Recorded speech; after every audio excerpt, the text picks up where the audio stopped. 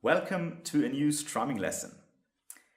Strumming pattern number 3 consists of quarter notes and eighth notes, and it sounds like this.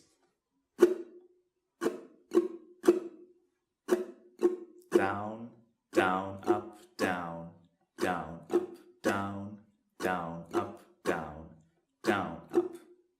So go ahead and try to play it. I do it for you once more. Down, down, up, down, down, up, down, down, up, down, down, up. The next step is to count what we play. So in this case we would count 1, 2 and 3, 4 and 1, 2 and 3, 4 and. And if you're comfortable doing this, you can try out 2 challenge exercises. The first one is to count quarter notes while playing the pattern. 1, 2, 3, 4. 1, 2, 3, 4.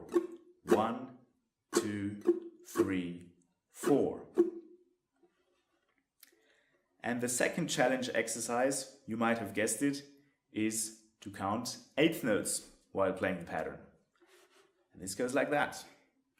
1 and 2 and 3 and 4 and 1 and 2 and 3 and 4 and 1 and 2 and 3 and 4 and 1 and 2 and 3 and 4 and.